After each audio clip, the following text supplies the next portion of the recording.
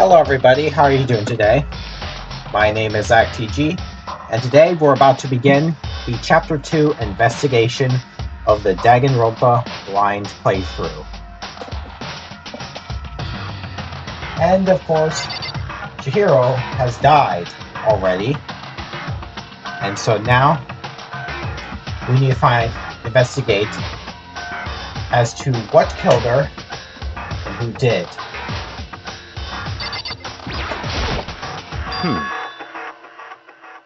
For now, pay attention to the wall. Huh? I said it once already. There's a word written there. On the wall?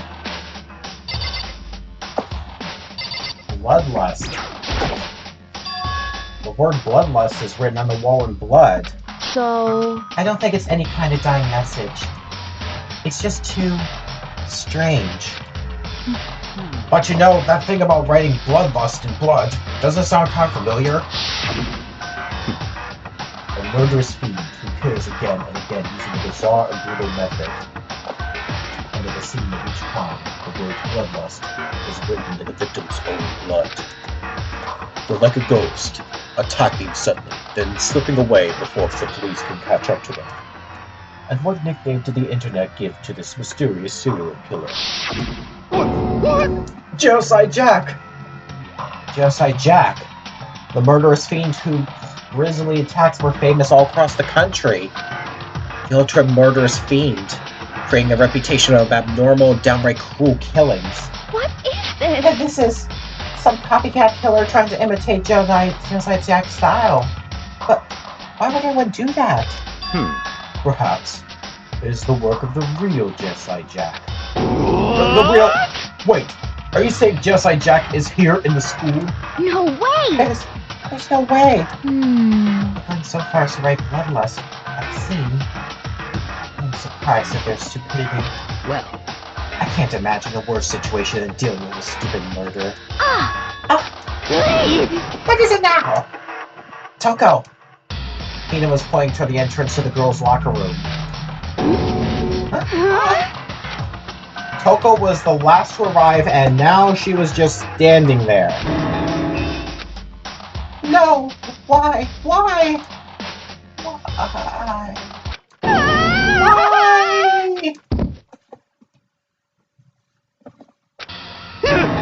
She fainted! That did not sound good. Toko!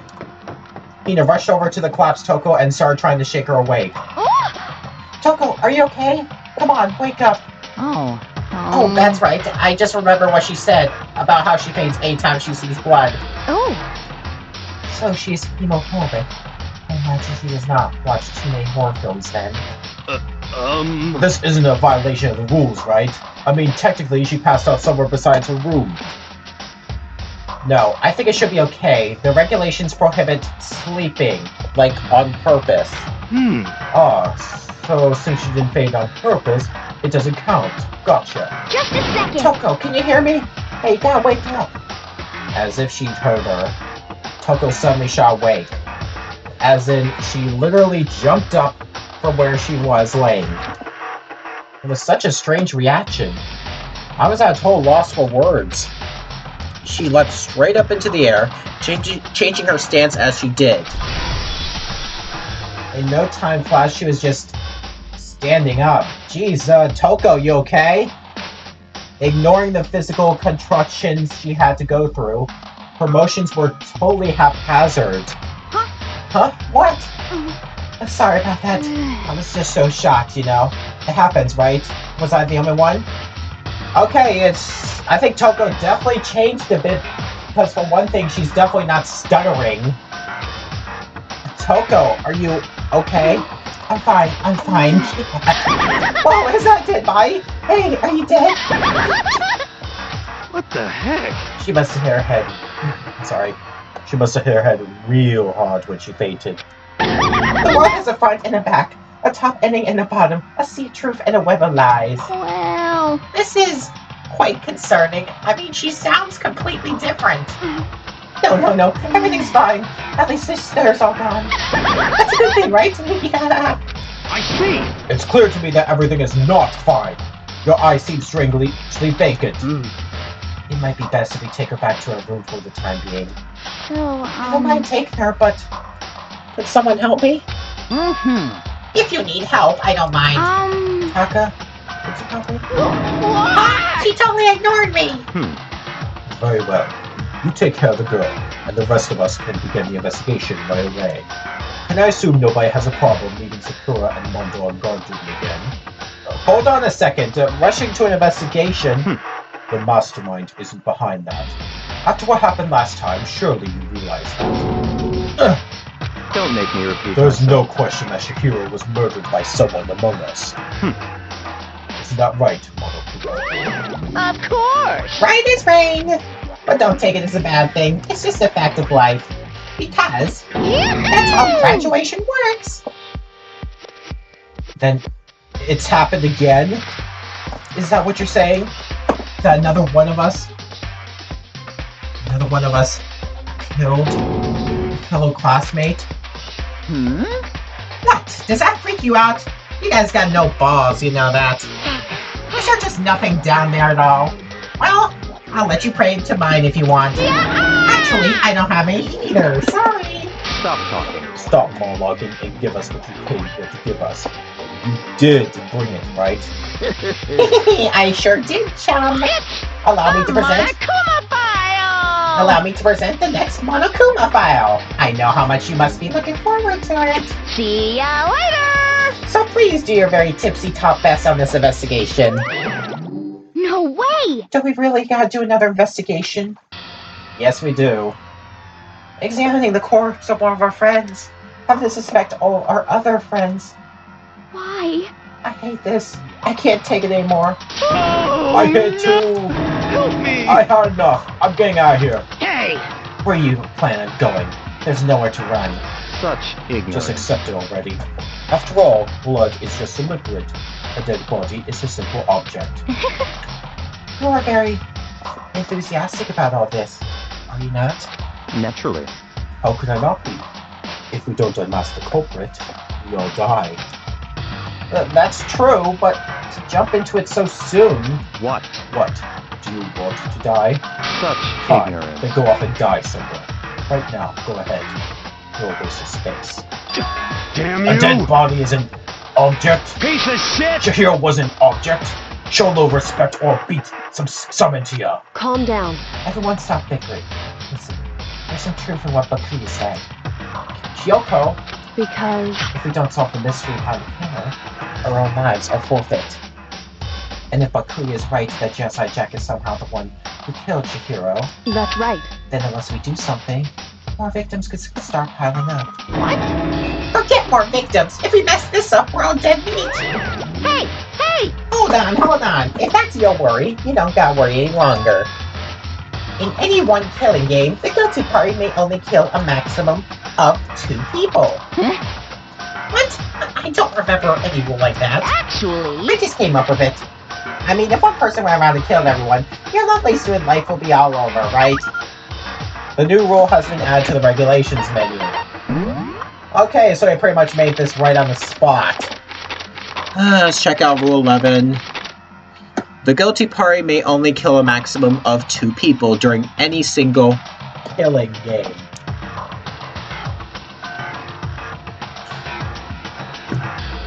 Okay then. So if he kills a third person along the line, then he immediately gets punished. That's what I'm assuming. So then... In that case, why not limit it to 1 person?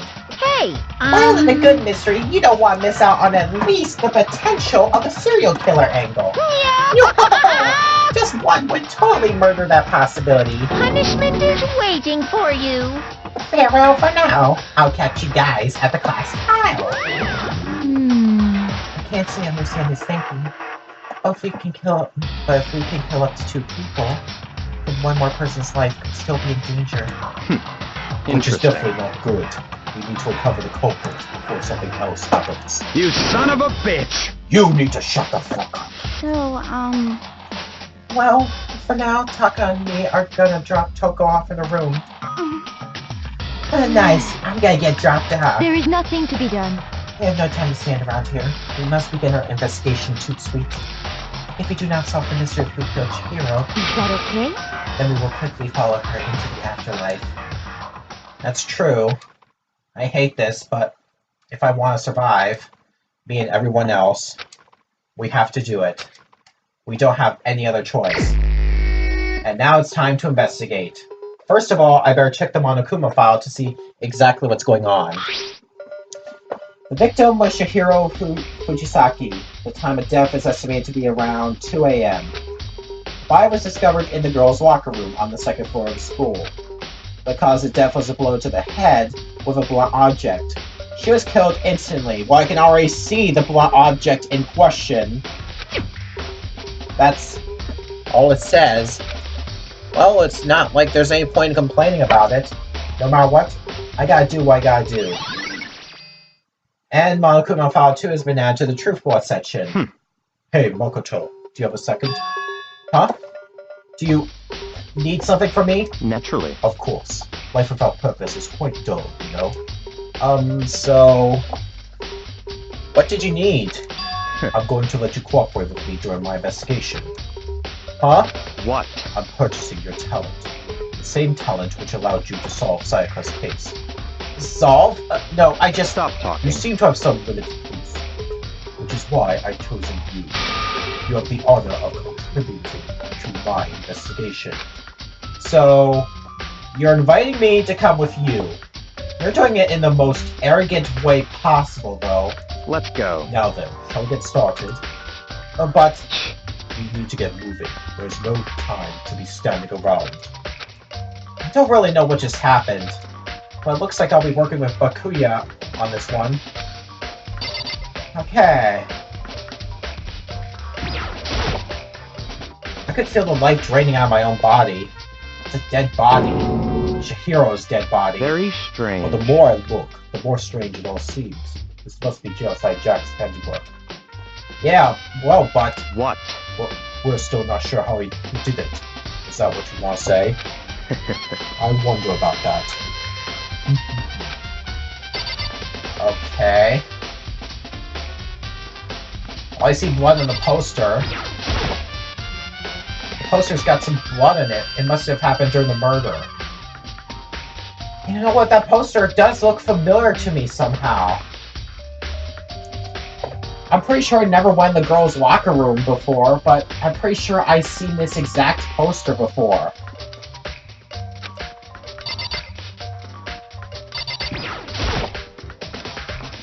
There's a dumbbell on the floor, and this is a blood stain. There's a blood stain on the dumbbell. The Monokuma file said a blow to the head with a blunt object is what killed her. Does that mean this dumbbell was actually the murder weapon? That's right. I don't imagine it could have been anything else. Alright, so we got the murder weapon. What about the words bloodlust? The word bloodlust is written on the wall in blood. What's the meaning behind it? Bloodlust.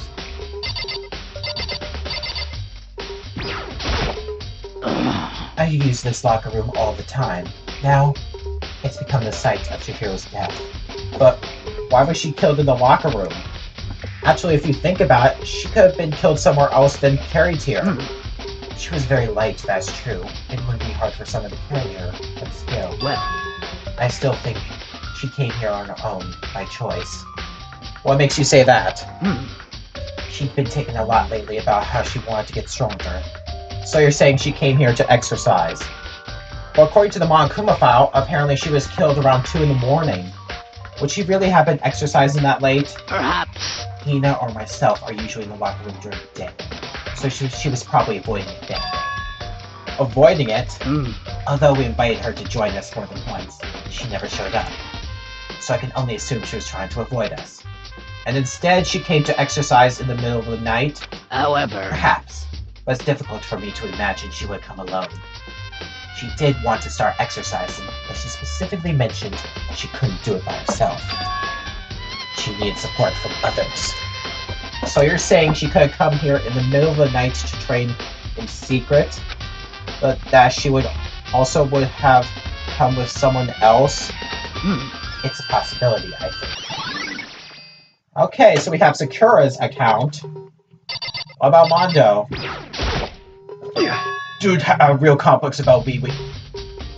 Wait, what? Hold on.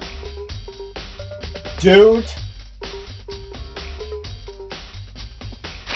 Last time I checked, Chihiro was a girl, I think.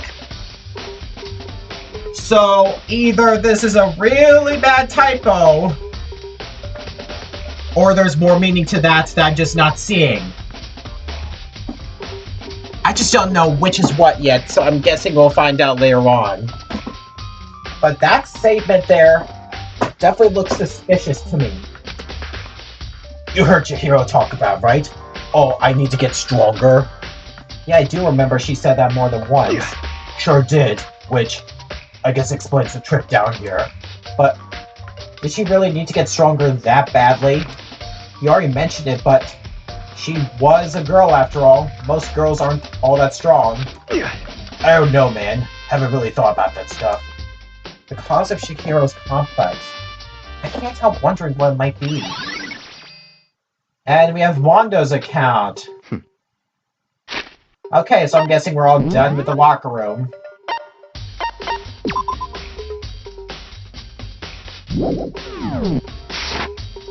Now I believe it's about time for us to move on. Huh? Already? What? New clues won't magically appear by standing around here. We need to check every aspect of this case. And that's true, but Let's go. if you're satisfied, let's hurry up and proceed. It's so pushy. I got caught with the wrong person this time. Okay, so where to next, partner? So, this is our next location. Huh? This place is related to the investigation? Figure it out for yourself. It's no fun if you don't, right? Okay, so how can this place be related? I'm guessing we need to search the boys' locker room now. That's not even the scene of the crime, idiot. Oh, fine then. Jeez. There are a bunch of different pool-related items on the shelf, which have nothing to do with the case.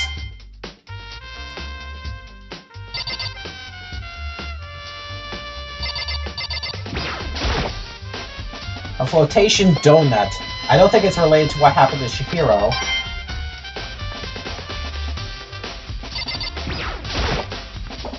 This is one of the monitors Monokuma appears on. Now's no time to think about it. Maybe this gun was used to... No, impossible. If that were true, Chihiro would be riddled with holes.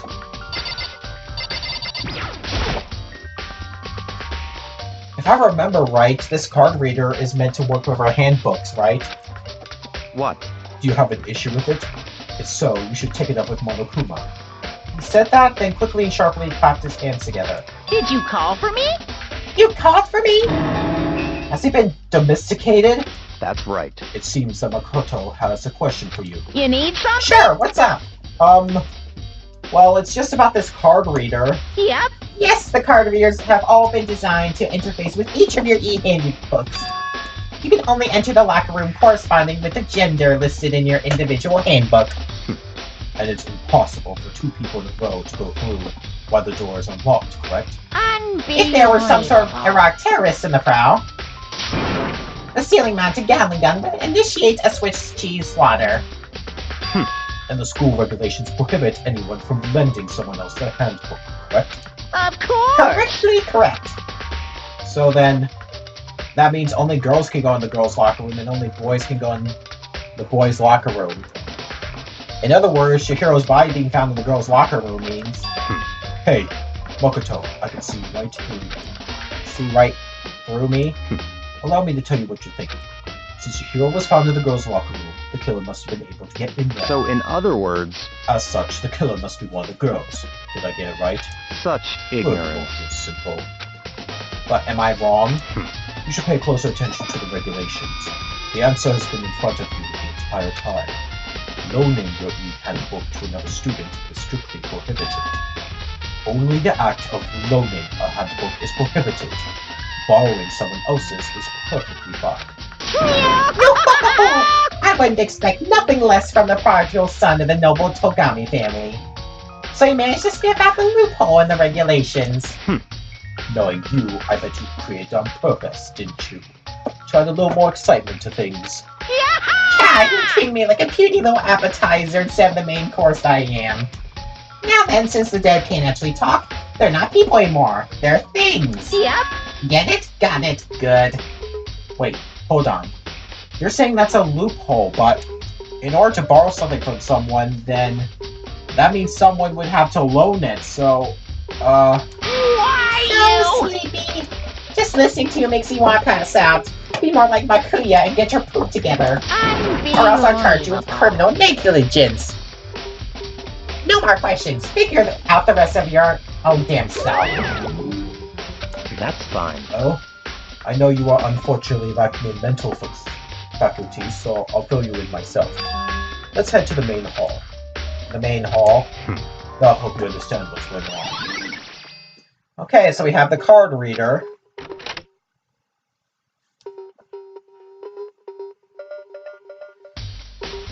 We came to the main hall. So, what are we looking for here? Does that mean I have to figure it out for myself? Okay. Oh, this definitely looks suspicious. There's a mailbox here. Could there be something inside? It's an e-handbook? No, wait. There's 3 of them! But what are they doing here? So, you finally found them. Huh? Did you know these were here, Bakuya? I happened to find them by chance myself the other day. It seems there's a system in place where the handbooks of dead students get delivered to this mailbox. So then these 3 handbooks belong to Junko, Leon, and Sayaka? You could go ahead and confirm it yourself. I immediately turned on one of the handbooks, and when I did... There's Sayaka. You're right. This is Sayaka's handbook. Now, do you understand? This is the key to the loophole I revealed earlier. Yeah, I feel like I'm starting to get it. You should pay closer attention to the regulations. The answer has been in front of you the entire time. Loaning your e-handbook to another student is strictly prohibited. Only the act of loaning a handbook is prohibited. Borrowing someone else's is perfectly fine. I see. Yeah, now I understand.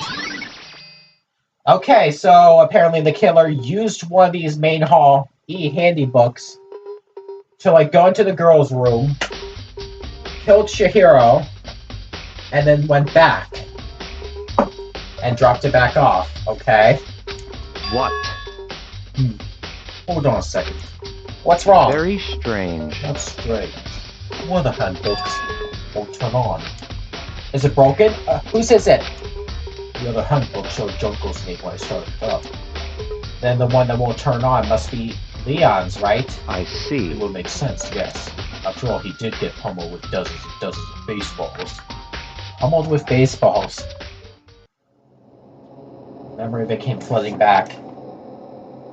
That cruel punishment, which led to Leon's death. The execution that the mastermind concocted. A cruel, heartless death. You're right. It wouldn't be surprising for the handbook to break during that kind of assault. Damn it! Hey, hey! Hey, hey, hey, hey, hey! No! Hey! What? That e-handbook is essential to student life here. Crucial, integral, instrumental, a super big deal. There's no way it would break that easily. But it did. That's If I say it impossible! wouldn't break, it wouldn't frickin' break. It can withstand up to 10 tons of pressure, and it's waterproof up to 100 meters, okay? I don't care how many baseballs you hit it with, it wouldn't do crap. Oh, but, even my amazing handbook does have one single weak point. It does? I can't hear As a you! secret, I wouldn't want you to go breaking any more handbooks. What? Then Leon must have broken it somehow without realizing what its weakness was, right? Hard to say. You know, I think his handbook isn't actually broken. What? But you might ask, how could that be? Leaving the question hanging in the air, Monokuma disappeared. Okay, so Monokuma said that Leon's handbook did not break. If we have to take his word at face value, I'm guessing that means one of the other students broke their handbook and swapped it for Leon's. What just happened? Monokuma said it's not broken, but it's an undeniable fact that's not turning on. That's fine. Well, I don't see any connection to the case, so it doesn't matter for now. You think so? Either way, something about it still bothers me. And we have the broken e-handbook. Okay then, this should be enough to get things rolling. Let's begin our investigation in earnest and track down the true culprit. Yeah, we need to find out who killed Chihiro. To be exact, not quite. Huh? Not quite? What does that mean? What do you mean by that, Bakuya? To be exact and not quite? Certainly, I want to reveal Shihiro's killer, but more precisely, I want to discover the true identity of Genocide Jack. Then, you truly believe Genocide Jack is the one that killed Chihiro? Don't make me repeat myself. Absolutely. I have no doubt that Genocide Jack is the culprit. That murderous fiend is Genocide Jack, right? What? There's nobody else it could be. The murderous fiend who kills again and again using a bizarre and brutal method. But like a ghost, attacking suddenly, then slipping away before the police can catch up to them. And what nickname did the internet give to this mysterious serial killer? Genocide Jack. They say he's killed thousands of people. But that's gotta be an urban legend. Still, could one of us really be a demented psychotic killer like that? You're not wrong to wonder. But words mean little right now. I have something that will prove it, and I can show you. Okay. Hold on, there's still more here waiting to check. Oh, what, you want me to talk to you again?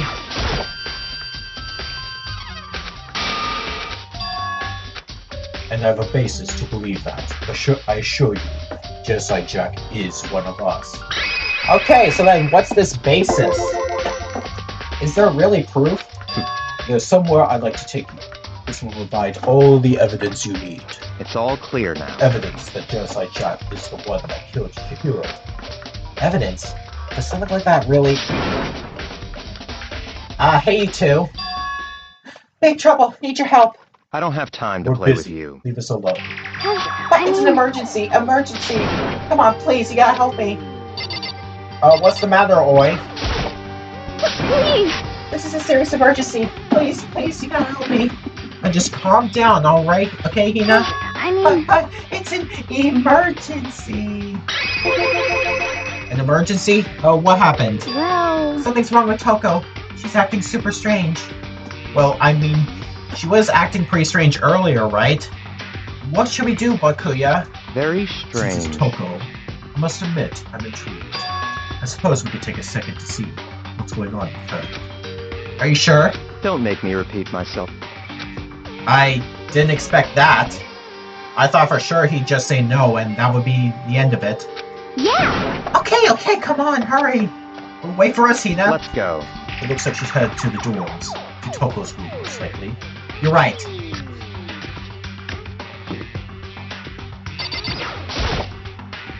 Is Toko inside?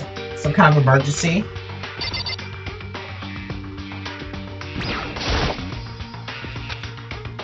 Okay, so should I talk to you then? Such You're ignorance. talking to the wrong person, you waste of space. Alright, talk to you then. You guys are too slow. I think you're just too fast. So, what's this emergency? So, Well, after what happened in the girls' locker room, we left Toko in her room so she could lay down. After a while, we came back to check on her, see how she was doing. But when we did, it was weird. She refused to come out, and she kept saying all this weird stuff. Weird stuff? That's fine. We should try talking to her ourselves. Yeah, good idea. Okay, now can I finally talk to her? I may as well give it a shot. The door swung open slowly and silently.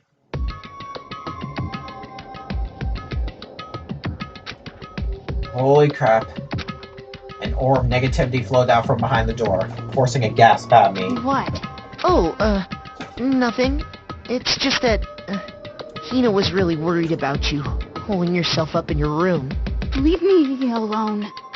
Yeah, sure thing. But, could you open up, just for a second? Won't allow it. Huh? Won't let Genocide Jack have control. Wait a minute. So she's saying she's saying she has something to do with Genocide Jack? What? And just like that, she slammed the door in my face.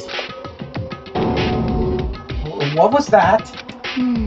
She's been acting like that the whole time. When I rang a little while ago.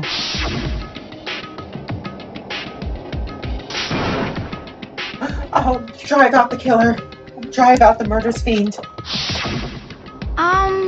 It doesn't make any sense, right? I was afraid to leave her in there alone, so I tried to bust down her door. But I felt like something was holding us shut on the other side. I couldn't even budge it. Toko was scared enough to even bar her door. Does she think the same thing as Bakuya?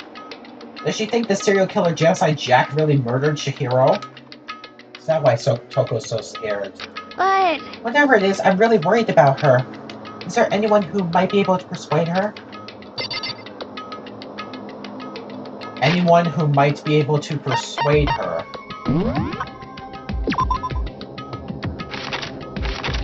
I have no idea which one could persuade her.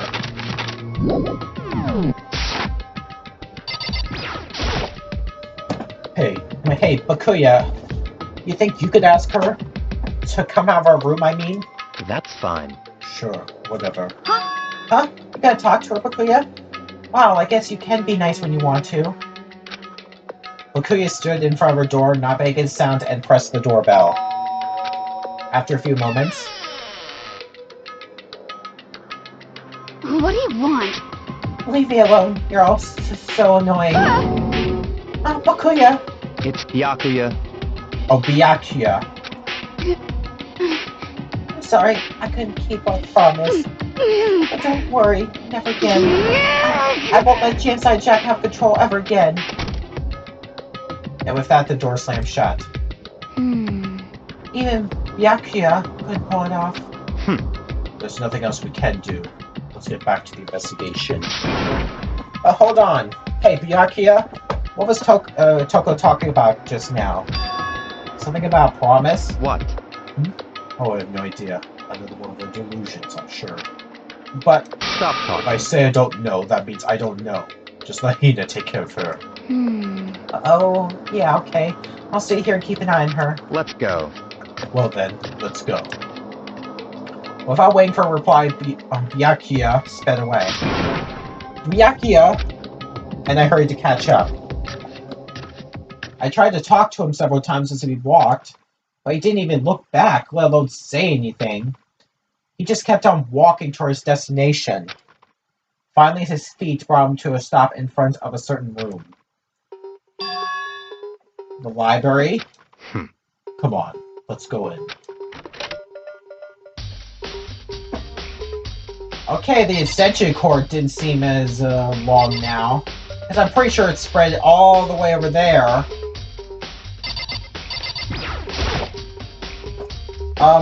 Is the evidence that proves it was Genocide Jack really in the library? Don't make me repeat myself.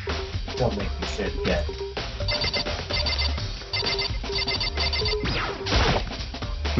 Knock it off. What's a desk lamp now right now? Oh, fine.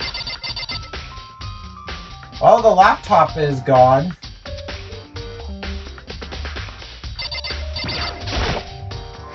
There are no clues there. We need to check elsewhere.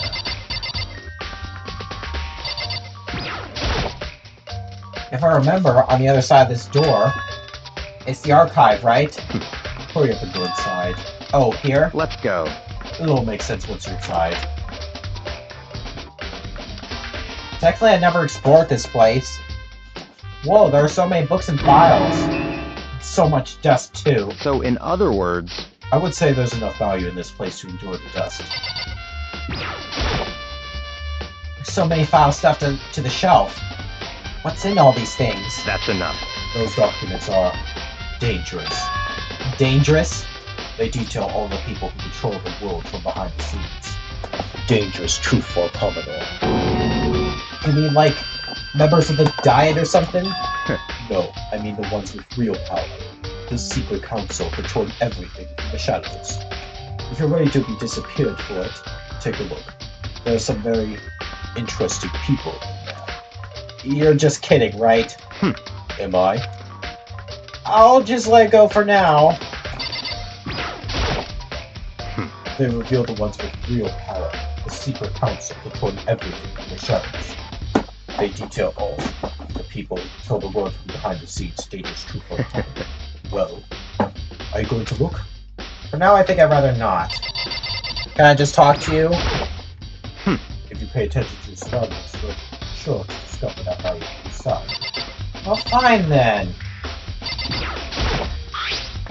There's a wooden box. It's empty. Although, judging by the smudges and the dust, it looks like there was something inside. I wonder what it was. There was an extension cord plugged in there. It proved very useful while I was in the library. Extension cord, huh? I don't want to talk to you. I don't. If you're thinking of looking through it. Ah, jeez. Okay, so I actually missed some text. There's a ton of thick files stuffed onto the bookshelf. If you're thinking of looking through any of them, let me give you a little warning. Those things are filled with graphic, disturbing photos from all kinds of crime scenes. It's the kind of thing any normal person wouldn't ever want to look at. Be careful.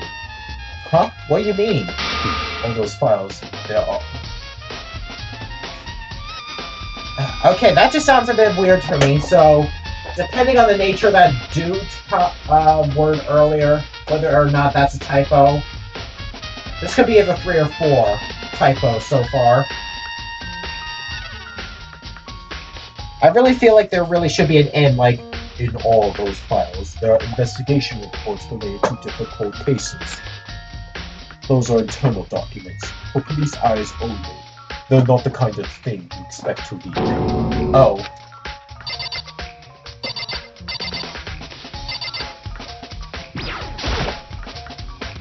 This shelf is stuffed tight with files. Without really thinking about it, I picked one at random. Ah, so you have a sharp eye indeed to select that file. Huh? That's right. That's the report on the presidential assassination. The original is kept at the National Library. It won't be declassified for another 30 years. Are you sure you won't look at it now? There's no telling whose crosshairs you might wind up for peeking at it. Without making a sound, I return the file to the shelf. Oh boy.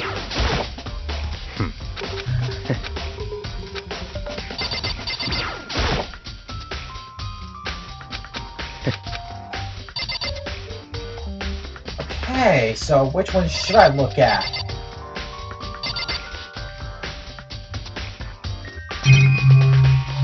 Okay, well we have a desk lamp here. Huh? It's a desk lamp. Oh yeah, it's the same one I saw Boyka using in the library before. What? Do you have a problem with that lamp? It was here before, then I moved over there. It's too dark over there, so I thought I'd put it to good use. So, are you finally beginning to understand the true splendor of this library? The entire reason I was interested in the library is because of this room right here. It's full of classified government documents, police records, things no ordinary person would ever see. Isn't it magnificent? This can't be for real, right? Such ignorance. That's your guy's problem. Anything that doesn't fit into your preconceived reality, you label it a lie. Well, it's not that, it's just... It's not like I totally refuse to believe it, but... I mean, there's just so much. How could anyone have put all this together? I suppose it goes to show just how much Hope's Peak truly yields. Perhaps. The mastermind here wanted to provide us with enough entertainment to keep us from getting bored. It's no use. I can't keep up with all this. It's just too unreal. What's wrong? You still can't believe it? What about you? How can you believe it so easily? Things like that are usually impossible. What? What do you mean, usual? Usual, normal, ordinary, simple. Those things don't exist anywhere in the real world. If you don't understand what they actually represent, you don't understand the nature of anything. You don't pull your punches, do you? Besides, what you consider usual is based on your common sense, right? But what makes you think your own common sense applies to me at all? The documents gathered here are genuine. I have reviewed them multiple times, so there is no doubt. Hold on a second. You're saying you read all these documents, and more than once? But all this has to be like top secret, confidential stuff, right? So why? My family has a reading room just like this at our home. Ours is bigger, of course, and not as dusty. Huh? Members of the Togami family have access to any variety of government-related documents. That includes foreign powers as well as domestic. How is that possible? So, in other words... I already told you, there's a secret council that controls the world from the shadows. My family is a member of that council. And I have within me the bloodline that will allow me to one day bend the world to my will. But to become such a ruler, I must know all levels of this world backwards and forwards. So whenever I have time, I like to review whatever documents and materials that interest me. Which is why I can proclaim without doubt that the materials gathered here are the real thing. This is beyond believing or not believing. Byakuya is actually starting to scare me more than the actual mastermind. And what always interested me the most were the cold case police investigation reports. Reading through those reports has always been a hobby of mine, ever since I was little. It's excellent mental exercise. I solved more than a few of those cases just by reviewing the reports. And among all those reports, one of my recent favorites is the Genocide Jack case. As he talked, Byakuya grabbed a specific file from the shelf. That's right. This is the complete case file. Every single report surrounding the Genocide Jack cases has been compiled in here. Because there's so many, allow me to quickly summarize the main points. To begin, there are two notable characteristics in every Genocide Jack murder. The first characteristic is that at every crime scene, the word bloodlust is written in the victim's blood. And the second is that when the victims are murdered, their bodies are suspended in a certain way. Bloodlust is written in blood and the victim's body is suspended. It's exactly the same as what happened to Chihiro. Save your surprise, the best part is yet to come. For the second characteristic, where the victims are suspended, the only ones who knew about that particular fact were members of the police and other higher-ups. By all accounts, nobody in the media ever found out. Huh? In other words, no one in the news, no one online, nobody knew about that aspect of each crime. Only key officials and the killer himself knew about this act of mounting the victim. Now, if you recall Shihiro's corpse, her body was most certainly mounted in this fashion. So, how could the killer have known about suspending the victim? That's right. That's the key question. But in fact, the answer is quite simple. So, in other words... The culprit isn't a copycat killer. It's the real Genocide Jack. Go! In other words... That's right. That right there is the evidence that Genocide Jack has hidden himself among the rest of us. Then Genocide Jack really is such a brutal, fiendish killer? Really is walking around among us? Interesting. Things are really starting to get interesting, aren't they? I never imagined a killer with such a reputation would ever become part of our little game. Now, don't you think it would be good for you to take a look at what I've already seen? You might just manage to ferret out a clue or two. Such ignorance. If you get down on your knees and beg, I might even show you myself. Byakuya, about that Genocide Jack case file, could you let me see it? That's fine. Oh, you didn't beg. I guess it's okay this time. Feel free to look at it in here, but you can't take it with you.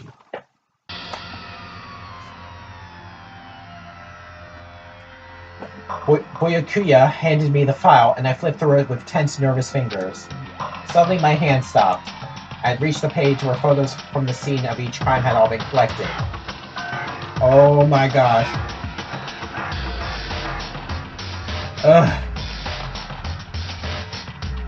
What's with the scissors? Oh. scissors used in the murder were apparently custom made with every pair left at each murder scene. So I guess that could be another connection, but there's no scissors at this crime scene though. So maybe it is this copycat. I don't know. The names of Genocide Jack's victims ran on for several pages. Ken Harada, 32, Toshiro Hondo, 17, Shochi Gaku, 23, Kano Eze, 14, Takeshi Yoshida, 30, Komatsuna Taro, Takefumi Gono, Yoshida Naoshihisa, Takeshi Masamune, Yuto Yumejima. There was no end to it. But one thing became perfectly clear as I read. All the killer's countless victims were killed and suspended in exactly the same way. And at the scene of every murder, the word bloodlust was left in the victim's own blood. Now take a look at the next page and you'll find another interesting tidbit. The next page? Profiling results. All the crimes took place either on weekdays at night or during holidays, either day or night. The most common time for the killings to take place was on holidays in the afternoon. Based on these facts, it could be suggested that the suspect may be a student. Evidence suggests that the suspect lingered at the scene, but when they did leave, they were in a panic. Because an eyewitness has never come forward, it's unlikely there was any external reason for this. This confused behavior suggests that the suspect may potentially just suffer from dissociative identity disorder. So, in other words, The key point here is that the culprit may well have a split personality. Split personality? Like the kind of thing you see on TV? So I'm part of another totally unbelievable story, but this was way more unbelievable than anything else up till now. Or maybe it really isn't. I don't know. I feel like my mind has gone numb. Okay, the Genocide Jack case file has been added. let's go.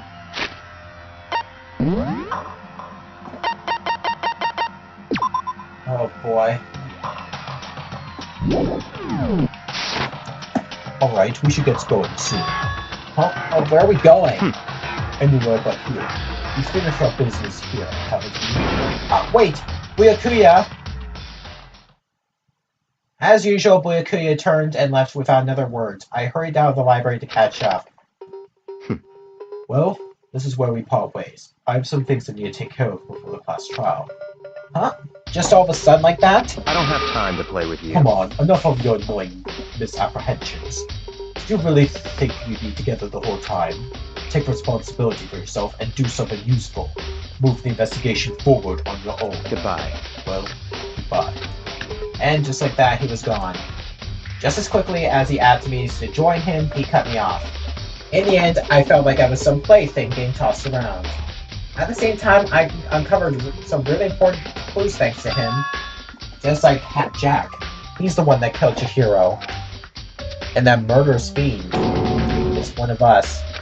But who is it? I have to find that out, no matter what it takes. And to do that, there's somewhere I have to go investigate one more time. I have to go back to the crime scene, the girls' locker room. I should check the boys' locker room too. And the others might have come up with some info I might find useful while I'm at it. I need to find out everything I can. Okay, this is interesting.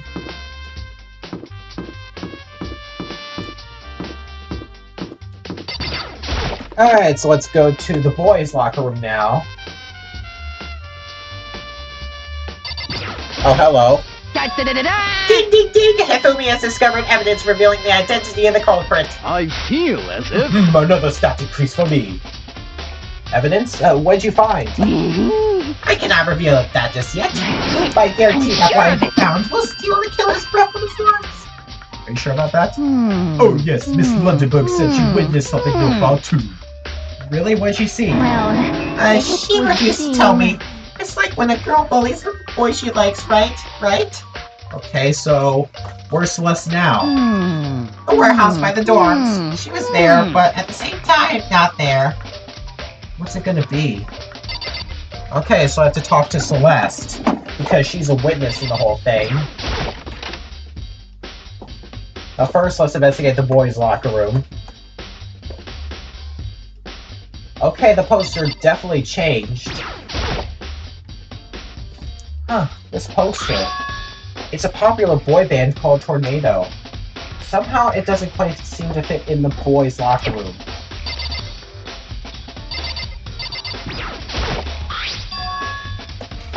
There's a strange stain on the carpet.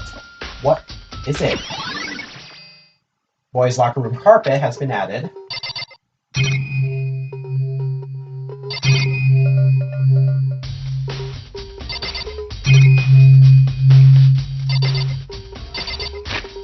I don't really see much else.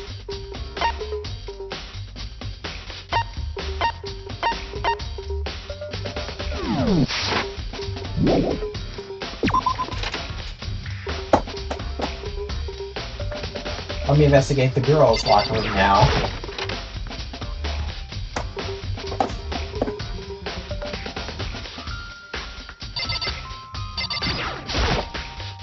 There's a bloodstain on the carpet.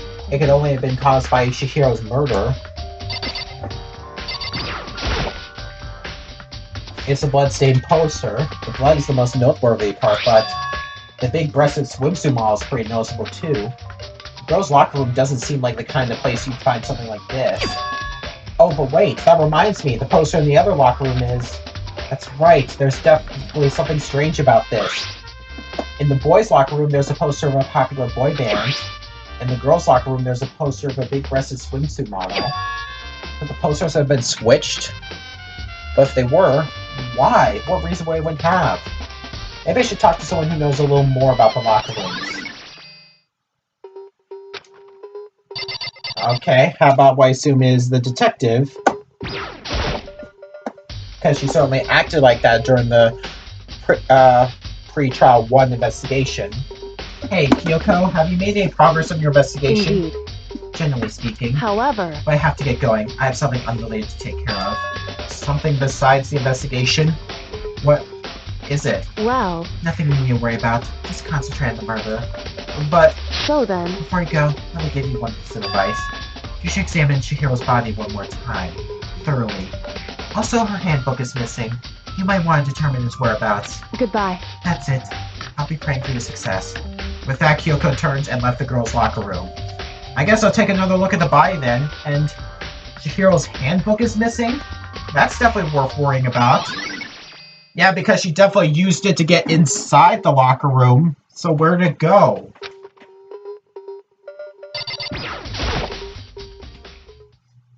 Kyoko said I should examine the body one more time.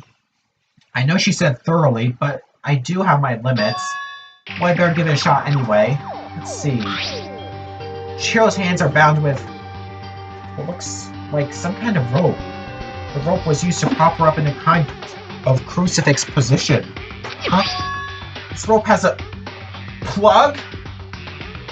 No way, did they actually use the extension cord plug from the library? If that's so, then the top suspect would be Byakuya. He would have to be the top suspect. Wait, so then this isn't a rope at all. But the more I think about it, the more that's not the only thing that concerns me. Chihiro's fatal injury was a blow to the head, which means someone struck her on the head in order to kill her. That's right. There's the issue of her being suspended, and the fatal blow. At first I didn't see any reason to think too much about either of them. But seeing them again after looking through the Jailside Jack file, something's not quite right. What does this all mean?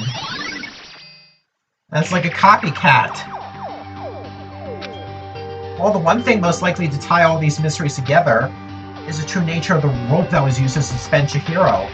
And to figure that out, there's a certain place I have to need to revisit and look over again. Plus, it might help to look at the Jailside Jack case file one more time. Okay, so back to the library.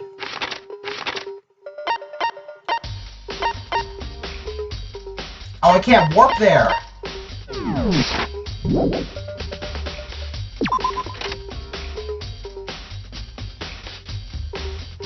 That's surprising. I'm sure there must still be more waiting for me to discover. Oh, really? What, do I have to investigate the pool now? No. What more is there left for me to discover? Do I seriously have to talk to these two again?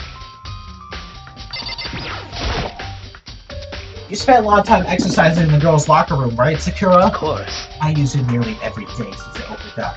Sometimes Hina and I use it together. Okay then, let me ask you something. Do you think the posters in the boys and girls' locker room could have been switched? I'm sorry. Sorry, I can't really say. I never really paid any attention to the posters. I see. However, But there is something that's been bothering me about the locker room. You see, I like to drink a little protein coffee every time I finish exercising. We have protein coffee in the warehouse. It's not the highest quality, but I don't have a lot of other options. I mix protein powder with coffee and down a glass after exercising.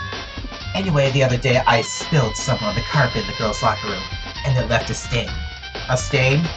Well, I don't see any stain on the carpet now. of course. Exactly. I noticed it earlier. The stain has disappeared. So you mean this carpet got switched with the ones in the boys' locker room? But if that's true, then Chihiro must have been killed in the boys' locker room most likely. So that explains the switching of the poster and the carpet. There's just one question I have though. Why would Chihiro go to the boys' locker room? Why? I can only assume someone came along and cleaned it up. But still, isn't it unusually clean? As if there was never a stain here to begin with? Yeah. How about you, Mondo? Dude, have real complex. Didn't we already hear this already in the same typo? Or this meaning that I'm just not getting so far? Or maybe it's not typo after all. If it's not typo, then... Jeez.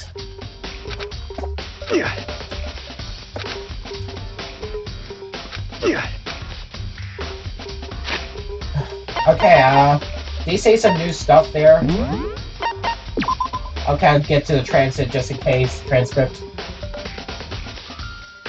Just in case. Dude, I'm real complex about being weak. You heard Chihiro talk about, right? Oh, I need to get stronger? Yeah, I do remember she said that more than one. Sure did, yeah, that's the same thing. Chihiro's complex. Where did it come from? Yeah, it's the same thing. Can I leave now? Thank you. Alright. So I now need to get to the library, the archives, and the warehouse.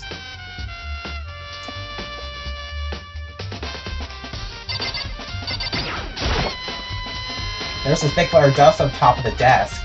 Maybe there's some kind of clue here. Guess not. Can I look at the lamp? Huh? The lamp won't turn on. Oh, I see, it's not plugged in. The lamp's cord isn't long enough to reach the outlet from here, but last time I saw it, it was definitely on, and it was definitely right here. Oh, that's right. Byakuya was using extension cord. But there's no extension cord here now. I wonder if the cord was used to tie her up. Byakuya must have something to do with that, most likely. I think him and Taka were the only ones who even knew about the extension cord.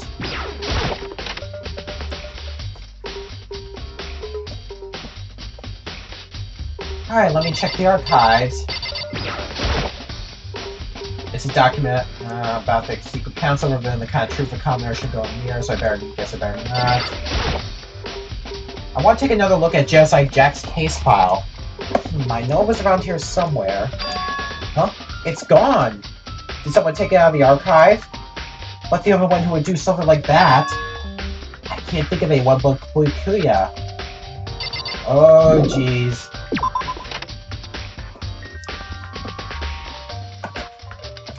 The more I investigate, this guy is getting guiltier and guiltier and guiltier. Okay, where the heck is the warehouse? Right down here.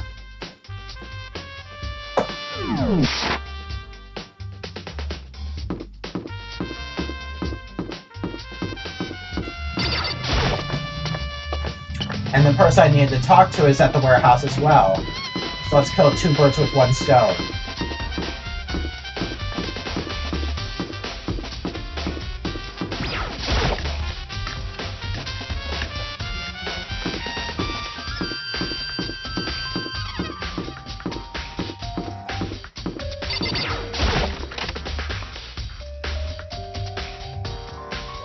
Jesus, pretty packed. There's all kinds of stuff piled up everywhere. I don't see anything noteworthy. Hello, Celeste. Celeste, what are you doing here?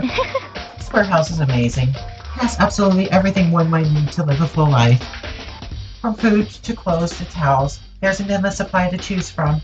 I see that, but have you found anything related to the case? Most I knew you were going to ask me that. I thought talking about the warehouse itself might misdirect you, but I see it was pointless. Then you did find something. Very well, I will tell you, and only you. Actually, Last night, I saw her here. Chihiro was in the warehouse. What, really? indeed. That was right before nighttime. What are you doing out this late? Oh, I was just... Are you planning to go exercise, perhaps? What? How did you know? Because I can see a blue track jacket sticking out of that duffel bag you're carrying. Oh, you're right. Thanks. Well, I'd better get going. I'm kind of in a hurry.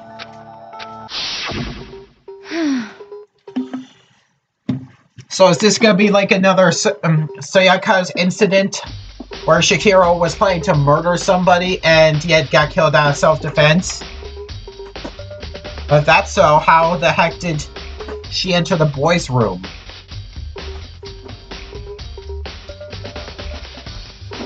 She stuffed the jacket into her bag in a hurry. It was almost like she was trying to hide it. And just like that, she was gone. Yes, I indeed. assumed she was merely stocking up to go exercise in the morning, but it would appear she ignored the nighttime rule and headed directly to the girls' locker room. If she hadn't broken her rule, none of this ever would have happened. You get what you deserve, I suppose. So apparently, she went to the girls' locker room late at night in order to exercise without anyone knowing. But the strange thing is, there was no trace of the track jacket or duffel bag Celeste said she saw Chihiro carrying. Which would mean the killer would have gotten rid of it somehow. Okay.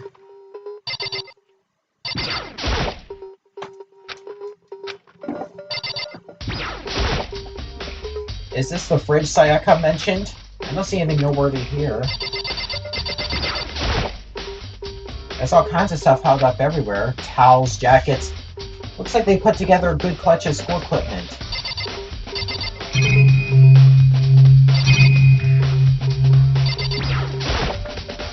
There's all kinds of stuff piled up everywhere. Yeah. There's all kinds of food stacked up. I don't see anything noteworthy. Is this a... Yeah. Surveillance camera.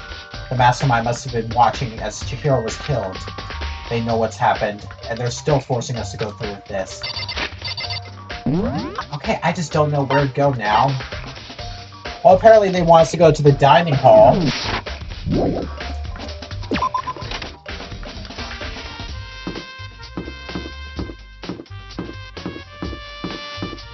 So something must have happened in there.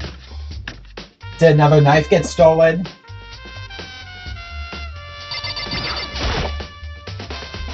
Oh, Hina, how's Toko doing? Same as before. She won't come out, and she just keeps on mumbling something about Genocide Jack. So I just left her there. You left her? My head was still swimming, and I was getting pretty hungry. Yeah! Oh, but don't worry, I'm gonna head back as soon as I'm done eating. Toko's not exactly pleasant, but I'm still worried about her. Speaking of which, what are you eating? Huh? A donut, of course. Of course. There's two things I'm sure God created, our space and donuts. Really? I bet Chihiro would like to eat more donuts. Maybe that was her one big regret. Aw. I should try to spend more time with her. Come to think of it, who did she spend time with? Well... Yeah, she was a little bit strange. Didn't really hang out with the other girls much. It was like she was trying to keep her distance from us. Actually, Sakura said something similar. She said that even though you and her invited Chihiro to exercise with you, she always refused. Yeah, totally. Yeah, it's true, and it's not just us either. It was like she stayed away from all the girls. Was she just shy? I don't know. She talked to the boys all the time. Isn't it kind of weird to be shy around your own sex, but totally fine with the opposite sex? Ah! Oh, wait, maybe she's used to guys spoiling her. The law says you can't judge a book by its cover, right? You think so? I never really saw her as that kind of girl. Okay, that's suspicious already. That's pretty much confirming to my theory so far. I'm just trying to work onto a theory, and every new bit of information helps form a new theory. Well, luckily I collected all the evidence, so now it's time to begin the second trial.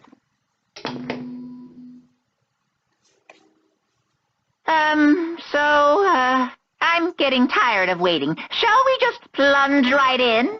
It's the moment you've all been waiting for! The class trial! Well, I'm really looking forward to it. You remember where to meet, right? Yes, I do. Please go through the red door on the first floor of the school. See you soon! Luckily, I'm not that far. Begin the class trial, or it's about to begin. Luckily, we're automatically warped down there. The red door is right through here. Oh boy. Let's go. I'm so looking forward to this. So, is everyone ready to... What? Am I blind or are we missing someone? Yo. Yeah, Taco's not here. Huh? And Taco is... You really don't remember? Come on! Kidding! I'm just kidding. How could I forget that little nut job? She's a crucial part of the class trial this time. What are you gonna do? Okie dokie, I'll go ahead and drag her out here, kicking and screaming. Just one moment, please. And just like he said a few minutes later, he reappeared, dragging Toko behind him. I told him I didn't want to, but he forced me. I can't believe you would drag a girl around. Terrible. You're terrible. Phew. So now everyone's here, right? Okay then, hustle onto the elevator and let's get this show on the road. I'll see you guys down there. Let's go. So, shall we get going? It's time to find out who killed Chihiro. Chihiro Fujisaki. She was so gentle, so calm and meek. Nobody had any problems with her. Someone made the choice to kill a girl like that. And that murderer is one of us. Someone standing right here. We had no choice, right? We have to do this. It's true. Yes. I gave a small nod in reply. With one last deep breath, I walked toward the elevator on shaky legs. With each step forward, I could feel my heart starting to race faster and faster. As soon as everyone was on, the elevator began to descend. I couldn't get a handle on my emotions, couldn't stop speculating. The steel box sank with heavy clunking sounds deeper and deeper into the ground. And as we went deeper, the uneasiness in my heart grew bigger and bigger. The elevator was unaffected, however, and continued to descend without hesitation, until finally, it came to a sudden stop. What do you think? I redecorated! Isn't it so fresh? Isn't it so exciting? Don't waste your time with stupid questions. Let's get this over with. Very Good, you're ready to go. Gotta say, I don't hate it, not at all. well. Okay then, let's get this show on the road. Thrills! Everyone, please chills, find your assigned jump! seats. And so the curtain opened once again. A deadly judgment, a deadly deception, a deadly betrayal, a deadly riddle A deadly defense, a deadly faith, a deadly class trial. Okay, that's it with the investigation. So now it's time to begin the class trial. So let's check our skills. Whoa. Yeah, we got 2 more skills. Vocabulary increases bullet capacity, affected during the bullet time battle. And allows you to reload 2 bullets at once. However, I don't quite have enough SP. Let's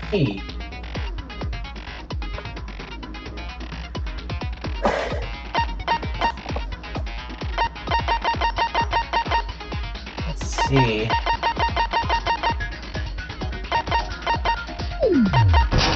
I really like handiwork more than bullet capacity. So, I think we're good now. So now it's time to begin the Chapter 2 class trial. All rise. Let's begin with a basic explanation of the class trial. So, your votes will determine the results. If you can figure out who done it, then only they will receive punishment. But if you pick the wrong one, then I'll punish everyone besides the blackened, and the one that deceived everyone else will graduate. Okay, then. So, first off, let's talk about the murder weapon! First, we have to make clear what was used to deliver the fatal blow. I think that's pretty obvious. And yeah, we're still in a non-stop debate about it. Yeah, it's pretty obvious it's a freaking dumbbell. Chihiro's fatal injury. It appears it was a head wound. No doubt about that. According to the Monokuma file, the killer used a blunt instrument. But what kind of blunt instrument could it have been? What? You think you have some proof that contradicts what you said? I need to think about this one more time. Yeah, I really shouldn't be so rash. Chihiro's fatal injury. I shouldn't be so According rash. to the Monokuma file, what kind of blunt? I bet it was an iron pipe. No, it's not. Yeah, I really shouldn't be so rash.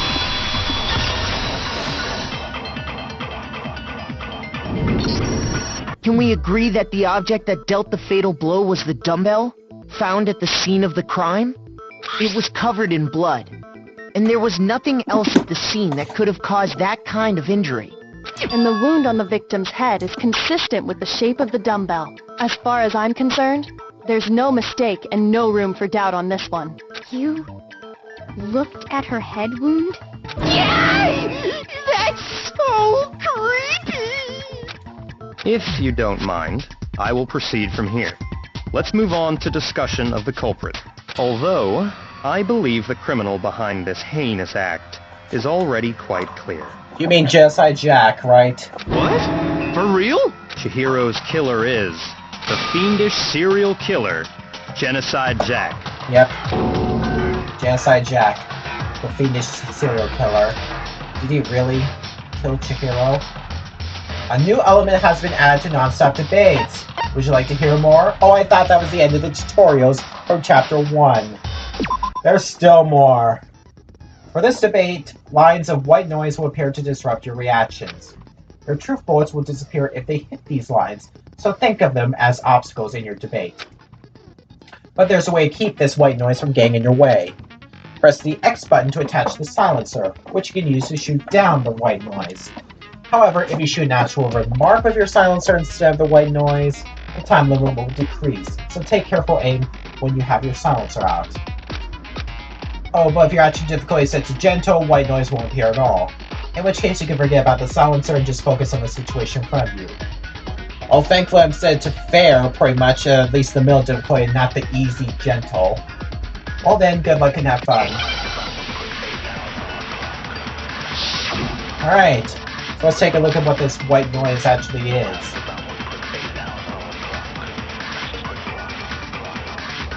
The culprit is Genocide Jack. Seriously? I'm sure of it. Oh, it's Case immediate. closed, as far as I'm concerned. But that's impossible! Why? What makes it impossible? Well, I mean, come on. There's just no proof for it. Oh, there is proof. No, that's wrong. I gotta stop being so rash. I might know one reason he could be involved. What? I found this file while I was looking around the archive in the library. I guess it's some kind of confidential file the police put together about the Genocide Jack case. What? That's kind of weird as shit, isn't it? What was something like that doing in the library? The why of it is probably more trouble than it's worth. So let's forget about that for now. More importantly, it outlines all the specifics of every Genocide Jack case in exceeding detail. Yeah. According to the file, there appear to be two defining characteristics in every Genocide Jack case. The first is that a bloody message is found written at the scene of every murder. Oh, that's right. Boob lust. Seriously, it's bloodlust. No. It's actually bloodlust. But more important is the other characteristic, and it's something that has never been made public. Never made public? What the hell is it? Why don't you tell them, Makoto? The other characteristic of every Genocide Jack case, which the world at large doesn't know. If I'm not mistaken, it has to do with the positioning of the body. Well, this thought basically tells us what the answer is, how the victim was positioned. I got it! Apparently, in every Genocide Jack case, the killer suspends the body in a certain way. Other than the killer, the only people who know about this are the higher-ups in the police department. However, Chihiro was most definitely suspended in the same way. So, how did the culprit know about this when only high-level police officials were aware of it? There's only one logical answer I can think of. Yeah, It's because the Genocide Jack culprit did it. in this case is the real Genocide Jack. No fucking way! You're saying Genocide Jack is one of us? Yes, in fact, it's Toko. What? Genocide Jack's true identity is Toko Fukawa. What? Hey. What? Okay, wait, hold on a sec. Toko has, like, bloodophobia or whatever, remember? What kind of serial killer is afraid of blood? Is Toko Genocide Jack? The answer is yes and no. Another riddle? Man, why has this gotta be so complicated? It's a riddle for sure, but I feel like I understand it. What it means for Genocide Jack to be Toko, but also to not be Toko. The answer is that she's not just one person, but multiple people, right? Another non-stop... No way, Hangman's Gambit, really?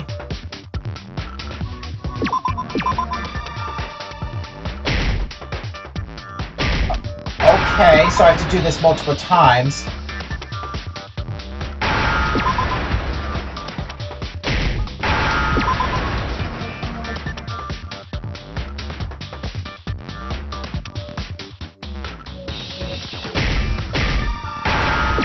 Shizio, I never heard that word Now before I my understand. entire life. How the heck would we expect us to guess that? Is it because Genocide Jack has a split personality? Huh? I think I read that somewhere in the file, too.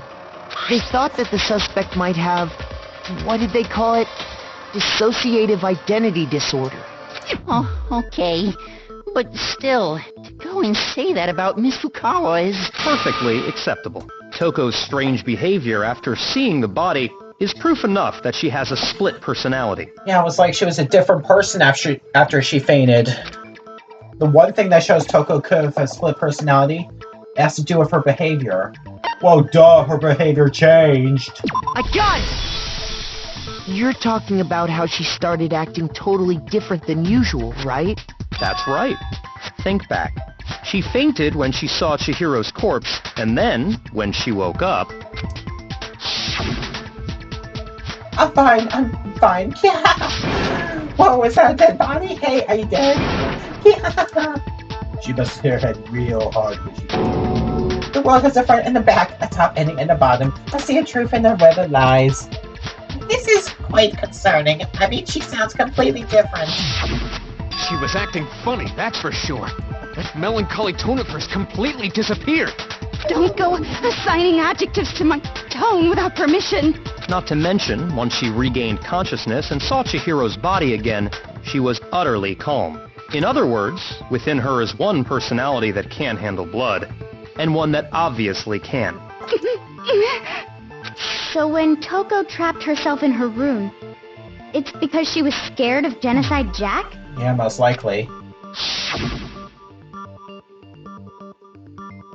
I won't let Genocide Jack have control. I'll drive out the killer. Drive out the murderous fiend. The reason she locked herself in her room wasn't to keep other people from getting in. It was to keep her other personality from getting out. What? Toko was afraid. Afraid of the murderous fiend inside of her. Of killing even more people. How? Yeah. How can you know all this? I do believe you misunderstood her. What she's trying to say isn't, how can you know all this? No. What she wants to know is, how could you tell them? Huh? Last night, just before Monokuma gave his motive speech, Toko and I had a strange conversation. She told me a most interesting story. She said a murderous fiend lived within her, and she was afraid it could appear and attack at any time. Oh my gosh. And that trepidation is what's caused her to have such a bleak attitude. Isn't that right, Toko? This is all a lie. Right, Toko? You said you wouldn't tell anyone. What? You promised! I can't believe you lied! You have only yourself to blame. You came to me with your tragic little story. I didn't ask you to. This is the real world, not some romantic fantasy fairy tale. Besides, you broke your promise first. You said that as long as you were here, no matter what, you wouldn't let Genocide Jack kill anyone. But in spite of that promise...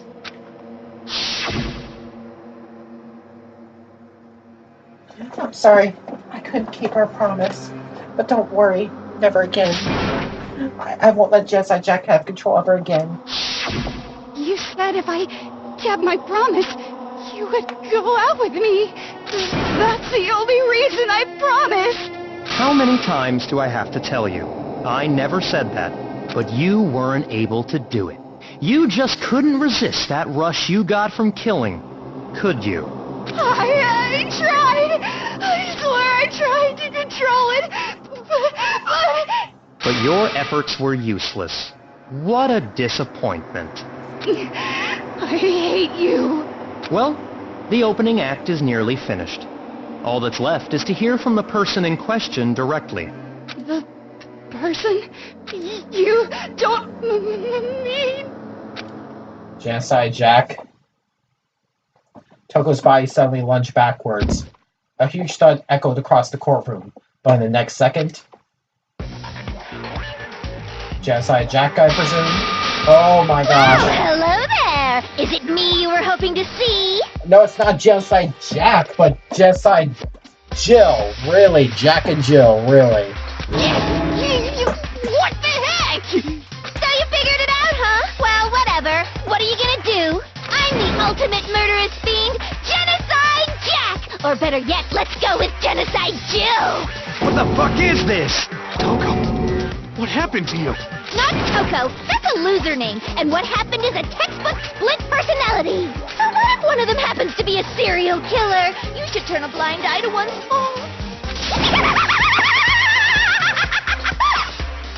So intense. Like they say, sound in murderous mind, sound in murderous body. This one is so different from the one we've come to know. Yes, well, the world is composed of a front and a back, you know. Just like how every inning has a top and a bottom, or how in the depths of every truth lives a little lie. Behind every dark and gloomy soul lives another that shines as bright as the sun! This is the murderous fiend, Genocide Jack. This is This is beyond insane. Miss Jack, Jill, can I ask you a question? What's up? Some of us think you might be the mastermind behind our entire situation. What are your thoughts on that? Well, I'll tell you. I am the mastermind of all masterminds! Just kidding! Then, it's not true? Of course it's not true! How dare you try to link me to that creepazoid? And another thing, the police and government and society in the outside world are totally powerless! I mean, they just let this idiotic bloodthirsty maniac go buck wild all over town! Sure, I'm a bloodthirsty maniac, but life is pain, right? To live is to hurt other people. It's a necessary evil if you want to survive. The act of living itself causes pain for everyone. Just kidding again! This should be enough to convince you. This murderous fiend is responsible for Chihiro's death. There's clearly a motive, so there should be no doubt. A motive? Remember what Monokuma told us? If someone didn't murder and graduate within 24 hours, an embarrassing memory or secret would be revealed.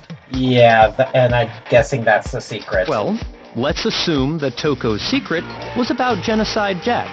If a secret like that came to light, Toko's life would have undoubtedly been forever ruined. So she had a very clear motive to never have that side of herself exposed. Interesting. Very, very, very interesting. But sorry, as much as I hate to admit it, I'm not the culprit. Huh? But I cannot imagine anyone other than you could murder someone in such a bizarre fashion. Maybe so, but nevertheless, it's the truth. Do you really expect any of us to believe you? Yeah. I could never believe a word you say, you monster. Maybe she's totally right about that, but something's still bothering me. What she said, I need to get some more details about this. Alright, time for a non-stop debate. Status of the dead body.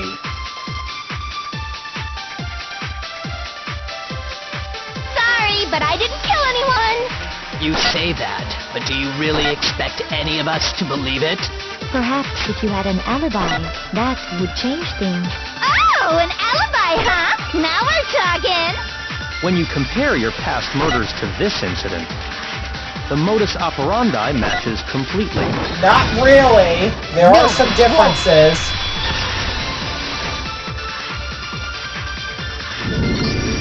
Are the methods of murder really exactly the same? I'm not so sure about that. I think there's a slight difference between the Genocide Jack cases and this one. Huh? How's it any different? Uh-oh, you don't know? Well then, human garbage, let me tell you! I murder with passion and conviction. I consider myself a professional, and I have a very particular way of doing things. Imagine you go to a fancy Italian restaurant. They're very picky about the noodles, the sauce, everything. But what happened to Chihiro? It'd be like if that same Italian restaurant started using ragu or Chef Boyardee. Like Kansas soup. This is no creation of mine.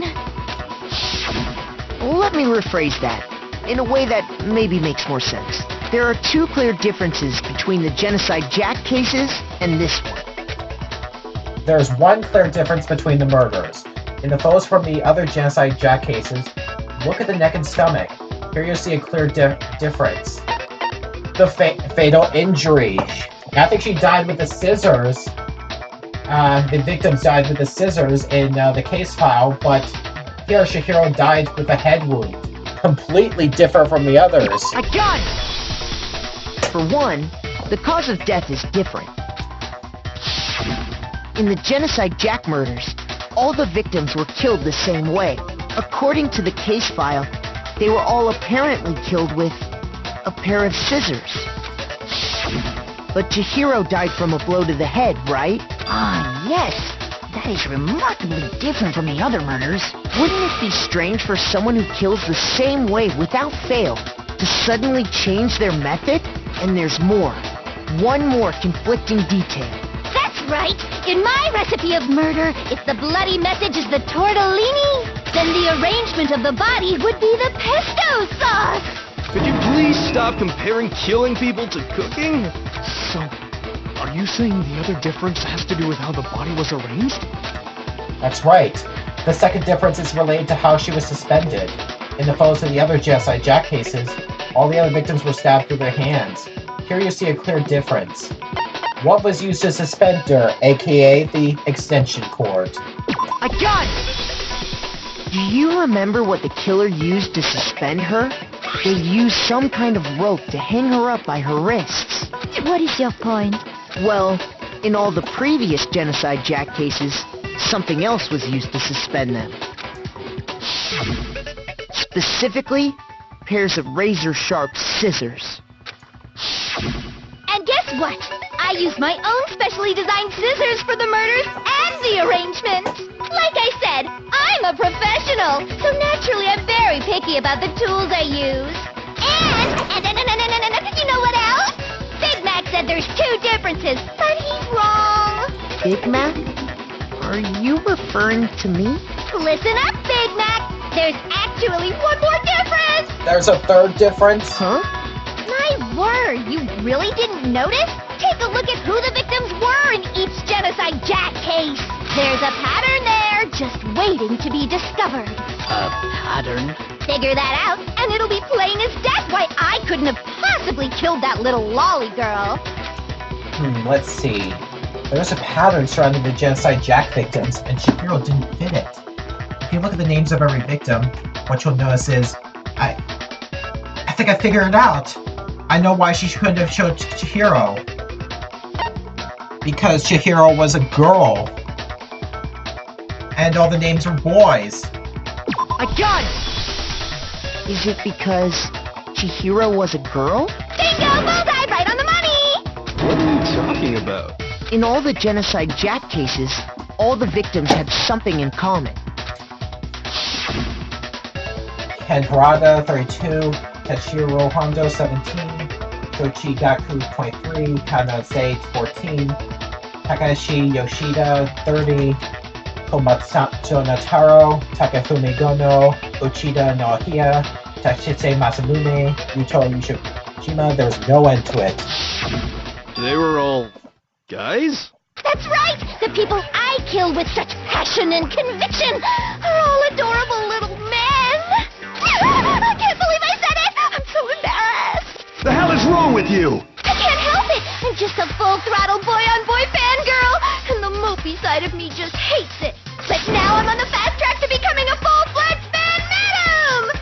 So since Chihiro was a girl and not an adorable little man, you wouldn't kill her? Would an Italian chef suddenly start making ramen just because they're both noodles? Don't be stupid. I have too much passion and conviction to cross that line. That's the absolute reality of the one and only. We get it. You've clearly explained your hobby and your philosophy. But that's not all there is to it. It's a different matter entirely, when you're forced to kill in order to survive. Quiet, lowly cur! Lowly? Cur? I would never kill for a reason as petty as mere survival. And if by some fluke I did kill to survive, why would I bother with the message and arrangement? It'd make me the obvious suspect! That does make some amount of sense. Plus, whatever reason I have for killing, I would never leave out my prized scissors. Who would go out of their way to use a big, stupid, heavy dumbbell? Maybe you used the dumbbell because you couldn't find any scissors in the school? Any scissors?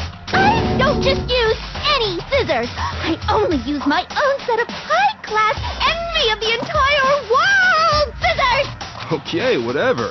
There still aren't any in the school. Are you sure about that? Oh my gosh. Da-da-da! She's fully equipped. That's right! So I can kill anywhere, anytime. Why would I resort to dumbbells or rope when I have my trusty scissors by my side? Go ahead, tell me I'm wrong. You can't, can you? Gutter dogs, all of you. Not to mention, I have no clue how to tie a good knot. The rope's totally out of the question anyway. Okay, so that proves Genocide Jill didn't kill her. I have no idea what's going on anymore. Could such a heinous villain really be innocent? But the body really was suspended, right? And nobody but the police knew about that. I can think of one other person in this trial. Yeah. That's why we figured it had to be the real deal and not some copycat killer or whatever. Actually, hold on. There is one person. One person who could copy the Genocide Jack cases. And it's time to accuse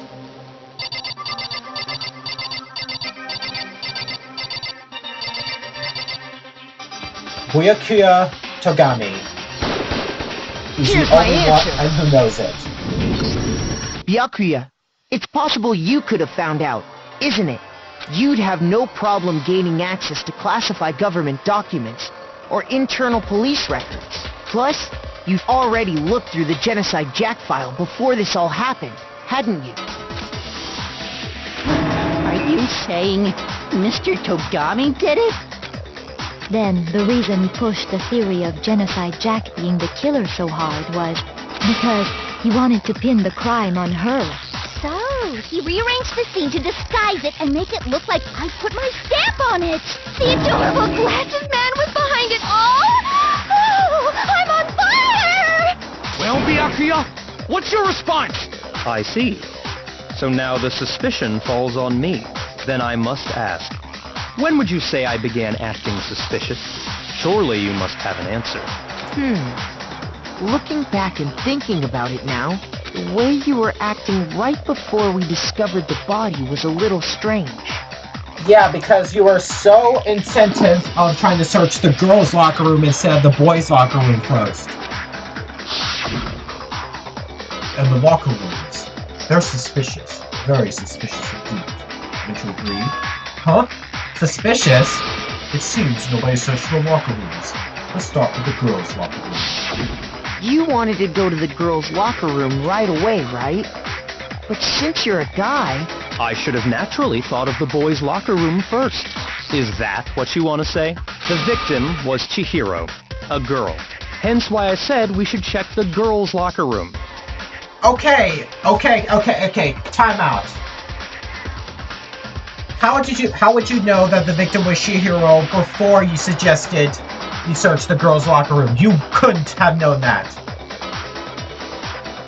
Nothing strange about that, I'd say. Oh, something's really strange about that. I just saw it. On the contrary, there's something very strange. And Makoto saw it along with me. Okay then, what's so strange about it? Go ahead, share with the rest of the class. There was a clear contradiction in what Byakuya just said. I need to make it clear to everyone. A new element has been added to non-stop debates. Would you like to hear more? Oh, great. Next, we're going to add something called a true flashback. If you aim at a weak spot and hold down the triangle button, then you'll memorize that weak spot. This memorized phrase can only be shot once as a single truth bullet. If you shoot or change the truth bullet, it will disappear from your truth cylinder. However, you can use this flashback feature as many times as you want. If you don't seem to have the answer to a lie or contradiction in your loaded truth bullets, it might be wise to memorize a different weak spot and use that to make your case. When's the best time to flashback? Well, you'll just have to use your keen wits, won't you?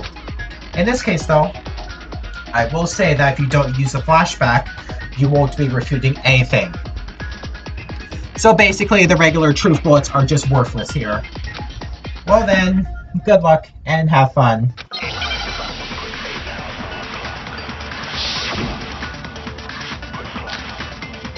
Okay, we're ignoring Monkuma File 2.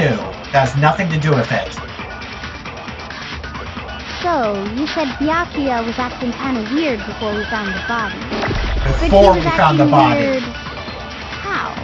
If you're presented with the opportunity to check out the girls' locker room, You absolutely take it! That's a natural reaction for any guy! Really? The victim was Chihiro, who was a girl. So of course I would suggest we check the girls' locker room first. There was no time for pointless distractions. What's so strange about that? I wish you'd taken me with you. Hearing Boyakuya's comment about Chihiro being a girl, I realized there's a clear contradiction there. Because it doesn't make sense how I could have known before we even found it. Okay, I need to make that contradiction clear. So, you said Byakuya was acting kind of weird before we found Skipping. That's unnatural. The victim was Chihiro. How would you know before we found the body? I'll tell you what's so strange about that. Because up until we actually discovered the body, we couldn't have known who the victim was. So your claim that you went to the girls' locker room first because Chihiro was the victim doesn't hold up. I see. That's a good answer, I must admit. Interesting. Very interesting indeed. But your reasoning is still too weak. Huh? What's wrong? Is that it? Surely you've got more than that. Go ahead. Show us. What's with Boyakuya's attitude? It's like he doesn't even care. I got him cornered, but he's acting like it has nothing to do with him. What's the matter? You're not finished already, are you? There must be more to it. There is. I think. There is more to it. Think about it. We just talked about the differences between this case and past Genocide Jack incidents. The proof you're looking for is hidden in there. I think she's the one who directed me to that earlier. Oh? Proof that I'm the culprit, you mean? The differences between this case and other Genocide Jack murders. The evidence that proves Byakuya is responsible is hidden in there? What could it be? Do we really need another non-stop debate? The library desk lamp. Yeah, I think that's something to do with it. Yeah. That's what I'm thinking of. What? The difference between the cases? You want me to explain it again? Please explain it. When I want to kill, I use my very own special scissors. And I use those same scissors to arrange the body. But Chihiro was suspended with... It was some kind of rope. Was it not? That's right! It absolutely was! Then there must be something very fishy indeed about that rope. Yeah. Hey, Byakuya, where'd you get it from, huh? I'd never seen that rope before in my life. Oh, you have. No, that's wrong. You definitely have. Actually, I'm pretty sure you have seen it before. Because, you see, that rope, or should I say, that extension cord? What? An extension cord? Byakuya, you've used the extension cord in the library more than once, haven't you? And the same extension cord that was in the library all this time went missing after the murder. And there's no way someone who uses that extension cord as much as you do wouldn't discover that fact. And Byakuya must be the one who took the extension cord. I can't imagine any other possibility. That's really what you think? Then your conclusion is something like this? I killed Chihiro in the girls' locker room, then hung her up and wrote that bloody message. I intentionally made it look like Genocide Jack was behind it. Is that about right? Yeah. He's doing it again. He's totally calm, totally unconcerned. As if he's not even involved. Wait. Not even involved? What's wrong? I asked you if you think that's what happened. Hell yes, that's what happened. So that's it, right? Byakuya's the killer. I don't disagree with not disagreeing. He kept calling this a game, right? So he'd be totally willing to do something like this to win. Sorry, but could we hold on just a second? I think we need to talk about this a little more. Huh? Do we really need to? We've already decided who did it. I know, but still, there's something that's still bothering me. Is that right? And what, pray tell, is still bothering you? I killed her in the girls' locker room, then disguised my crime. Specifically, I dressed it up to make it look like it was the work of a homicidal psychopath. What about all that bothers you? Wait. What was that just now? Something's not right. Chihiro's body was definitely found in the girls' locker room, but does that mean... Can I really just accept what Byakuya said as the truth? No, I don't think so. There's definitely something off about what he said. Yeah, I think basically the scene of the crime. I got it! You say you killed Chihiro in the girls' locker room, right? But are you sure about that? Isn't it possible that the murder took place somewhere else? How disappointing. What kind of question is that? Even in the world of disappointments, this is a true letdown. She was found dead in the girls' locker room. There is absolutely no question about that. Quit dodging the question. Did she actually die in the girls' locker room? That's the question. Not was she found in the girls' locker room. Quit dodging the question. How could the scene of the crime have been anywhere else? Well, I think it's entirely possible that she was killed somewhere else, then carried there later, along with the rest of the murder scene. The rest of the murder scene? That was awfully specific. Please tell me you have a reason for saying all of that. I believe I do. Hey, Boyakuya, did I just take you off guard? When the story suddenly moved to the crime scene, Boyakuya, who'd been so confident up till now, maybe Boyakuya could never even realize that the actual scene of the crime could have been somewhere else. Hey! Don't just move on without permission! What do you mean she was killed somewhere else? Come on, Makoto. If there's any chance the murder took place somewhere else, let's see the proof. Evidence that shows the murder took place somewhere else. There was something that was switched between the boys' and girls' locker rooms. Well, which one do I present? The carpet or the poster? Or the disappearing stain? Well, I'm guessing the poster, since they clearly were switched. I got it! The proof that she was killed somewhere else is the poster that's hanging in each locker room. Your proof is some posters? The poster in the girls' locker room was a picture of a big boobed supermodel. But don't you think that's kind of strange? Why would the girls' locker room have a poster like that? I bet those massive jugs of hers were totally fake! Meanwhile, the boys' locker room had a poster of the super popular boy band Tornado. Again, that doesn't really seem to belong in a boys' locker room. Yeah. So you're saying that maybe the posters were switched? And there's one other thing I noticed about the locker rooms. You know what I'm talking about, right, Sakura? You're referring to my protein coffee, aren't you? Yep. Protein coffee?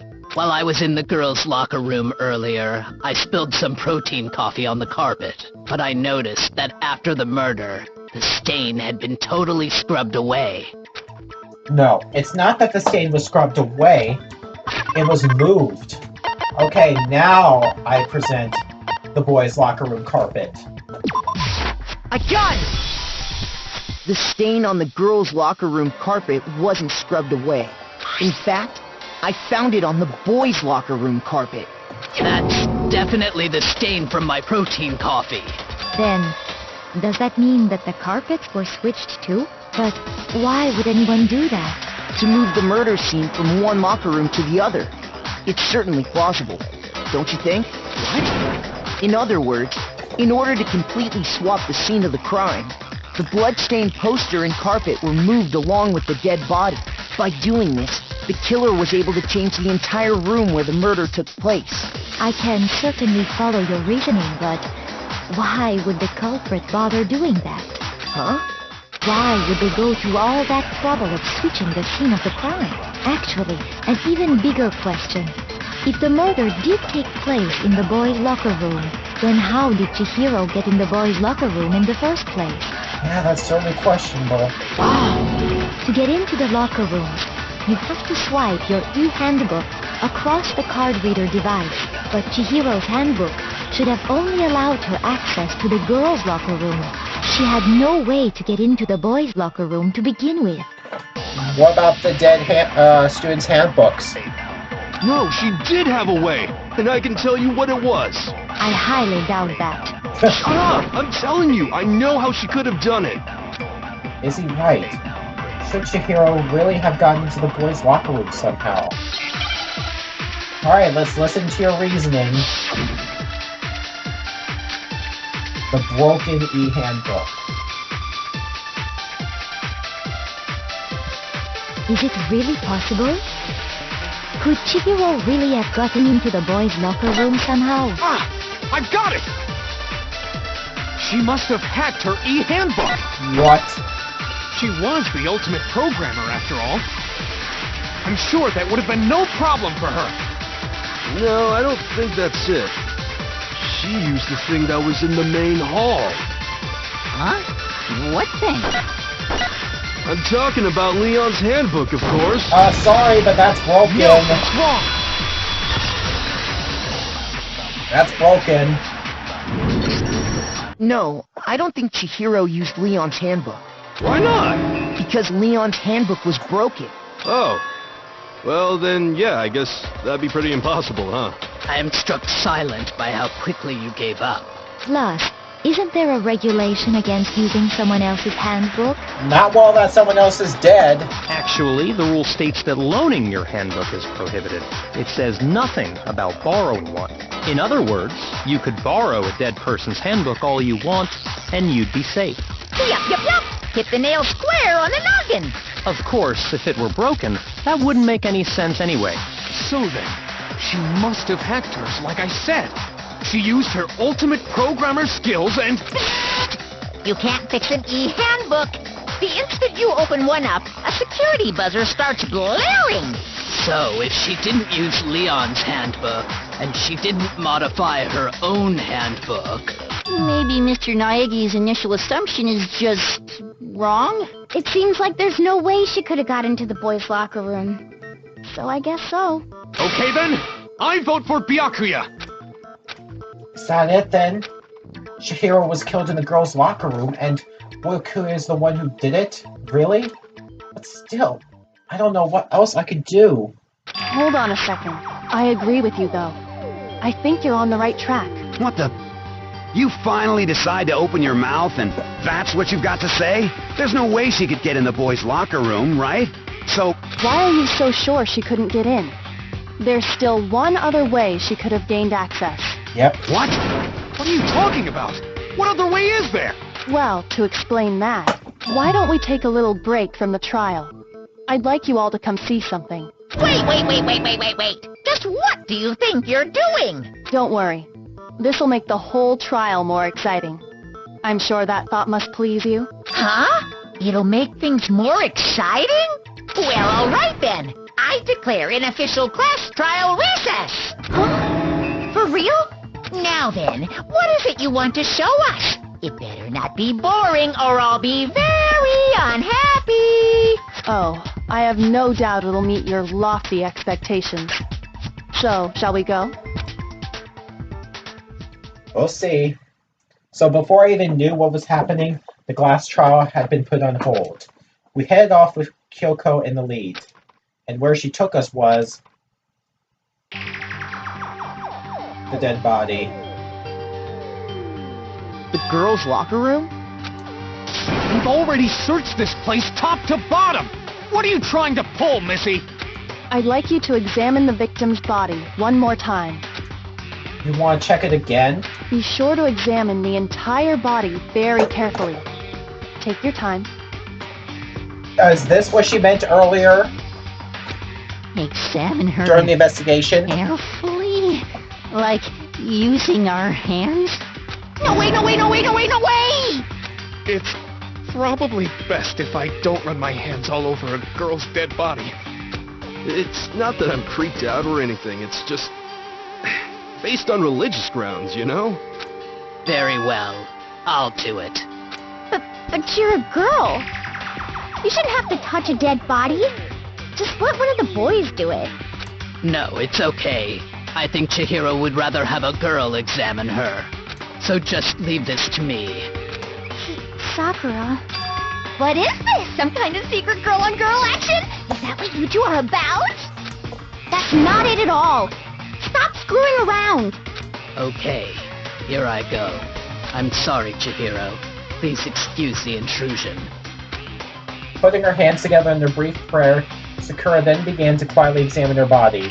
Be sure to check her entire body, and I believe we will solve this particular mystery. Her entire body? I know you say that, but...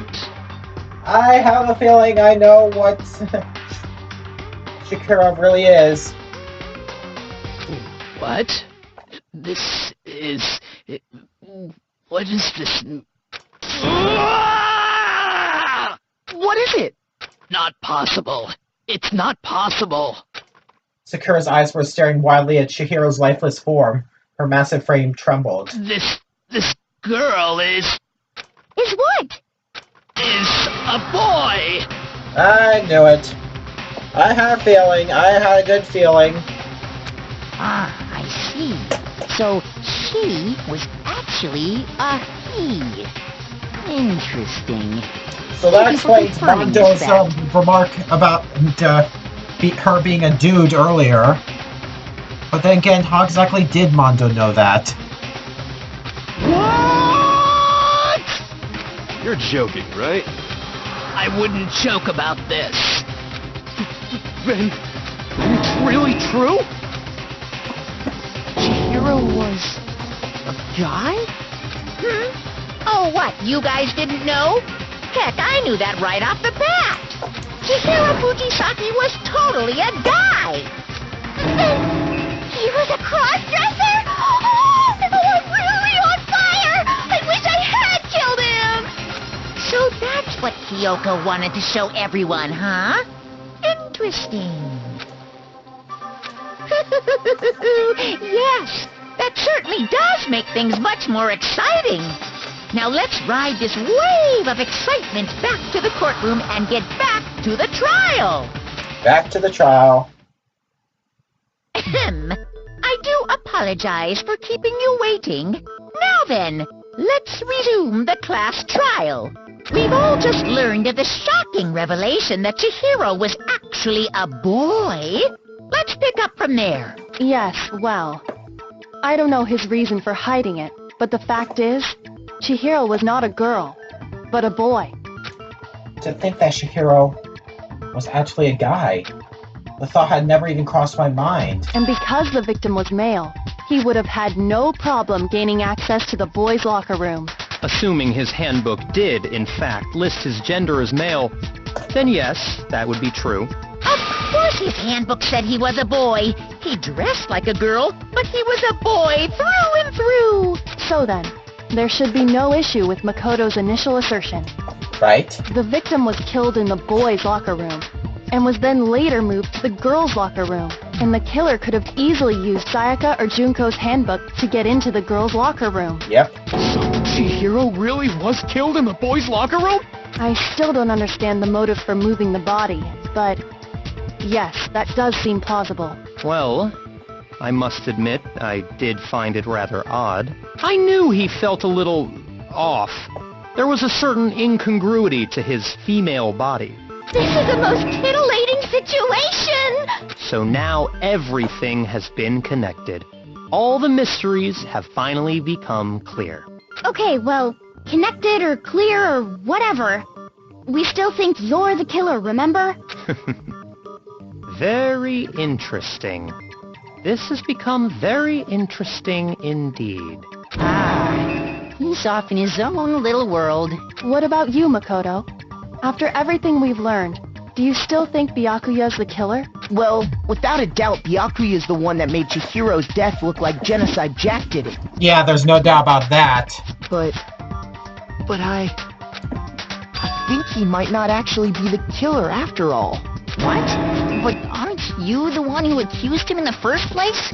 He just seems to be too easygoing about all this. Like he's enjoying us solving the mystery. The way he's acting, it makes it seem like it doesn't have anything to do with him. And you think that might be because it doesn't have anything to do with him? Plus, the evidence he left behind was a little too... how can I put it? Overt. He consciously chose to use the extension cord, knowing it could connect him to the murder. Yep. At least, that's how I see it. And Byakuya, when you found out the murder took place in the boys' locker room, it seemed to rattle you. Yeah. And then again, when you found out Chihiro was actually a guy, if you really were the killer, that stuff wouldn't have had any effect on you. So that's your thinking, huh? Well, it bothers me that you don't have more concrete reasons, but it's fine. I guess I'll mark it as correct for the time being. Mark it as correct? He's right. I am not the culprit. I just happened to come across the corpse in the girls' locker room and decided to alter it. Are you fucking with us right now? No, I am not effing with you right now. I'm telling you the truth. Well, I find it very hard to believe. Go ahead. Find it very hard to believe. You're free to be executed along with the rest of us. So this is his reason, just to try and make it a little more exciting. If you're really telling the truth, then why? Why do you do that to his body? And we'll find that out in the next stream. Now that I can save here. So thank you all for watching, and I hope you have a good day/night. Until the next until the next stream where we continue the class trial. Fare thee well. Good night, everybody.